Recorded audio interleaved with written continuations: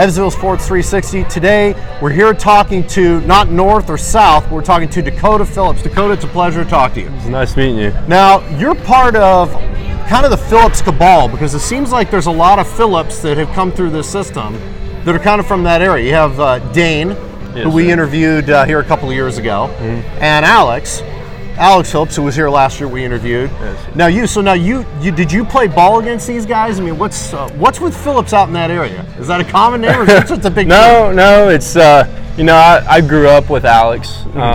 We grew up playing together and against each other in Little League and in high school, and so he's really good family friends. And Dane is been a really good friend and helping me learn the game growing up. Like, I took lessons with him when I was in middle school and high school, so he's kind of helped me out a lot along the way. So that's kind of how I know him. That's how you know. Yeah. Very nice. What's your earliest memory of baseball? My earliest memory of baseball, I would probably say when I was 7 years old, I hit my first home run ever. And I was so excited, and then later on in the game I hit 2 more. Oh, nice. So it was pretty, that's kind of like the first thing that comes to mind, really, is the first game I did hit a home run. I actually hit 3. So nice, and that gave you the hook to want to continue playing. Yeah. Oh yeah. After that I was a power hitter, Since you were a power hitter, who did you admire as a player? Who was your guy? Growing up, I always watched Craig Biggio, Astros fan. Oh, yeah.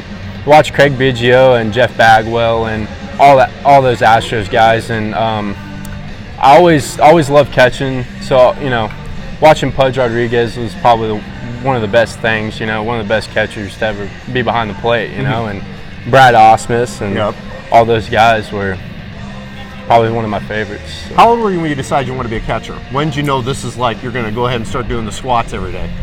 Probably I was like 10. I started out, always wanted to be a shortstop. Every kid wanted to be a shortstop in T-ball, and because that's what Derek Jeter and all those guys played. But growing up and getting into like pitching machine, I always wanted to wear the gear. Like, I just thought it was cool when I was little, and so after that it just kind of stuck. And I played first base, played third base every once in a while, and I'd play outfield, sometimes, but I'd always find myself behind the plate.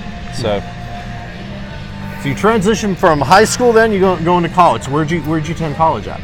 I started my freshman year out at Alvin Community College in Alvin, Texas.